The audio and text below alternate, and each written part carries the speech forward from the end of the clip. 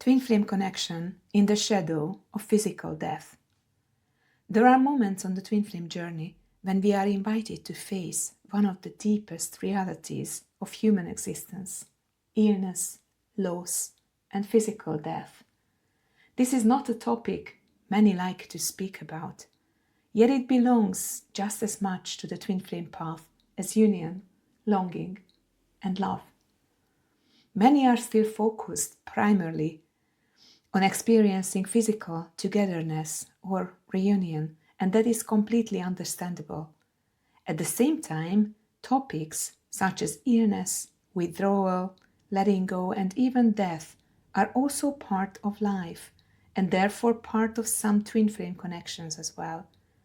And for this reason, they deserve space, honesty, and conscious attention. What I'm sharing here is not a statement or absolute truth, but a deep inner knowing, an intuitive understanding based on the nature of twin flame connection and my lived experience. What does "I just want peace" really mean? When the Divine Masculine says, "I don't want anything anymore, I just want peace," this doesn't mean indifference or lack of love. In truth, they love deeply and cannot not love, because on a soul level, we are one. This unity exists on the level of being, so it doesn't depend on the state of physical body, nor on the decisions made by the personality. Very often, this statement simply means that the other can no longer process the intensity of the shared energy. For the feminine energy, it's completely natural that the nurturing, healing, caring quality comes to the surface. This is one of the deepest expressions of love, a genuine desire to be here, to support, to take care of the other person, and sometimes even at the cost of oneself. And here lies one of the most important teachings of the twin flame connection. The moment I bring my own longing, pain, need, or expectation into this giving, the energy is no longer pure. Then it is no longer unconditional presence from my side, but an action that carries an unspoken message. I'm still waiting for something from you. If nothing else, at least to be allowed to stay. And the other one feels this deeply, even unconsciously. What they experience is, you are still not whole without me. I still need to give you something. And they cannot do that because they never could. They are us, not a separate energetic system. They are the other side of our own soul, not a separate source from which we can receive fulfillment.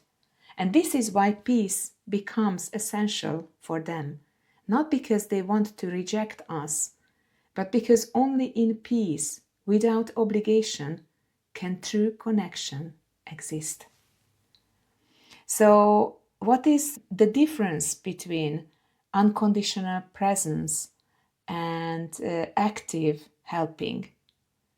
The twin flame connection can truly unfold in the space of unconditionality, a space without expectations, judgments, fixing, or conditions, a space where we are not trying to change the past or control the future, but where only pure love and acceptance exist in the present moment.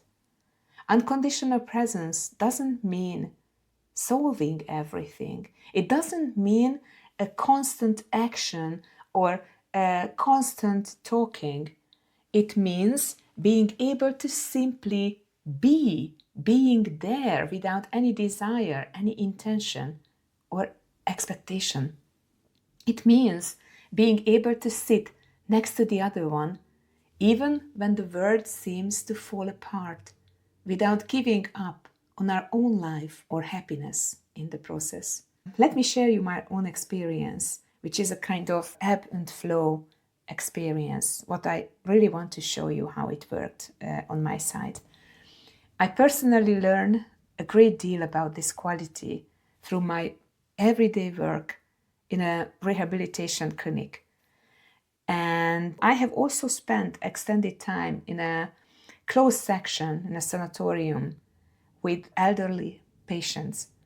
That is where I truly learned what it means that sometimes my presence alone is all I can give, and that is enough.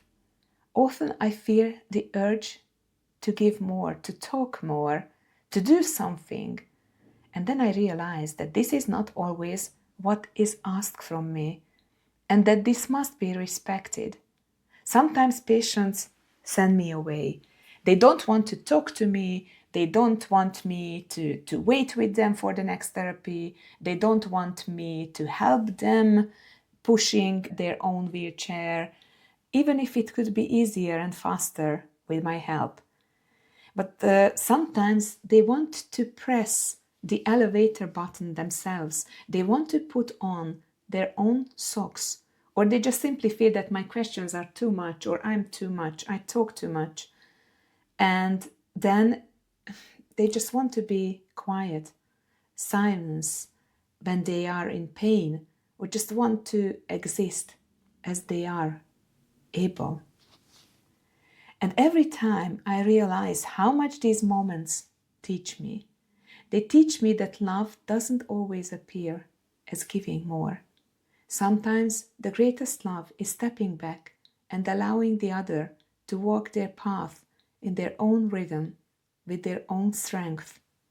There is no need to silence my own helplessness or pain by initiating these unnecessary conversations where the other fears that they must respond, because I'm unconsciously seeking this kind of contact.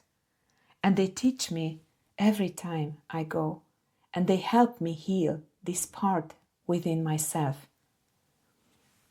Because I can't enter everyone's pain, and I can't get lost in their stories. And then, if I do it, because then I stop living my own life. Like ebb and flow, I move toward them when I'm needed, and I withdraw when it's time. And they feel this. They feel that I'm not trying to fix anything. I'm simply there. And often that gives more than any active help ever could. We give to each other through our simple presence.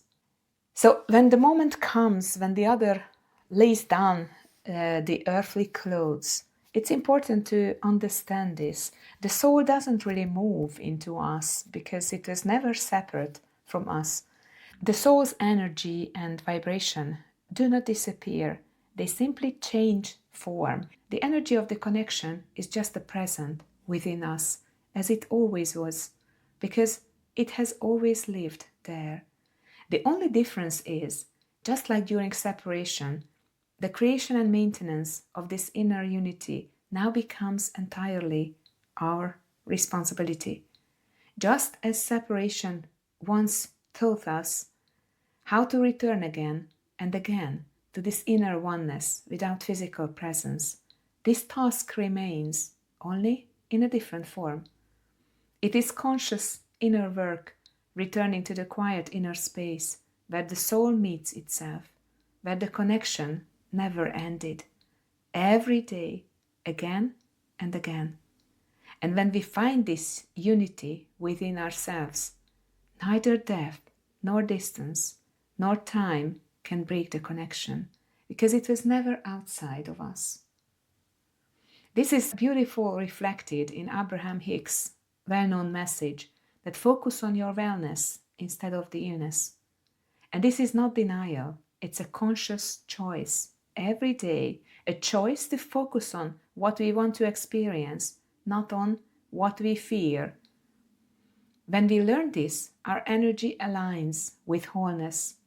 And this is the state where twin flame unity can express itself most naturally.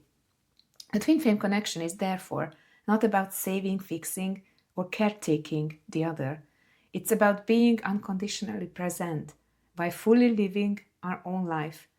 And when we can do this, neither physical caregiving nor physical departure creates unrest or separation, because the unity that connects us has always lived within us and always will. Thank you for being here. See you in the next video.